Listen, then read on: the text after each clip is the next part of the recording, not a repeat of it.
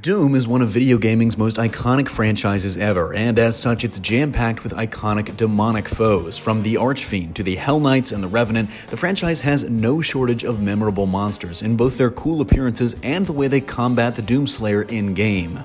In the same vein, the big bad guys across the series have been equally as iconic and memorable. From the first game's Spider Mastermind to the third game's Cyber Demon, Hell's most powerful foes have often been the most iconic parts of the series. But one of those big bads stands above the rest in having an incredibly special place both in the world of Doom and the gaming industry in general, the Icon of Sin.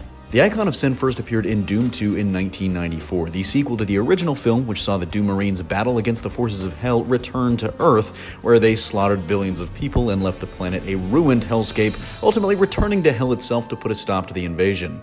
In the game, the Icon of Sin is the final boss, which is actually spawning demons itself and driving the invasion. And of course, the Doom Marine succeeds in taking it down, which we're told caused devastation in Hell, and he closes the portal to Earth, which kind of wraps a nice little bow on the franchise's story through the first two games. Interestingly enough, the Icon wasn't officially known as the Icon of Sin until much later, literally more than 20 years. In the original game, he isn't referred to as anything, but later, in official manuals and such, he was called the Dark One, the Gatekeeper, or Baphomet, interchangeably, and it wasn't until 2016 the series executive producer John Romero revealed that the official name for the beast was actually the Icon of Sin.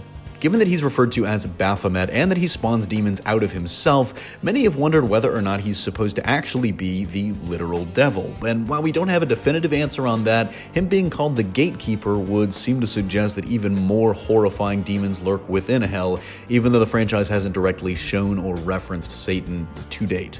The Icon is a hulking beast, the most massive demon Doom guy had ever seen according to Doom 2, and even scarier, we actually only see his head, so he's even more huge than he appears. The head is a goat-like skull with massive horns and a brain that's been gashed open, which is where the hordes of demons spawn from, and to date, we actually haven't seen the rest of his body.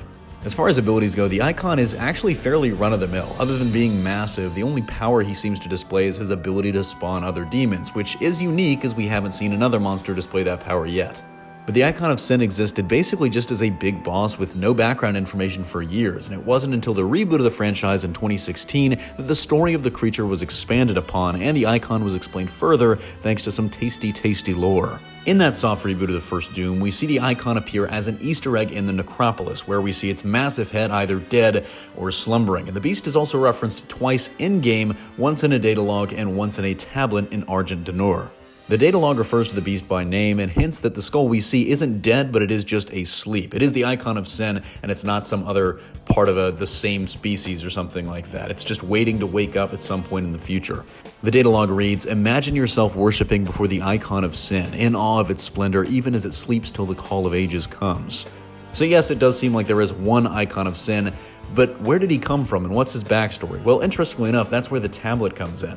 The tablet seems to confirm that the Icon is not Satan or whatever the actual version of the devil is to the Doom franchise, but is rather the son of the Night Sentinel that betrayed his brothers and allowed Argent d'Nur to fall to the forces of Hell, reborn and demonized into this massive and iconic creature.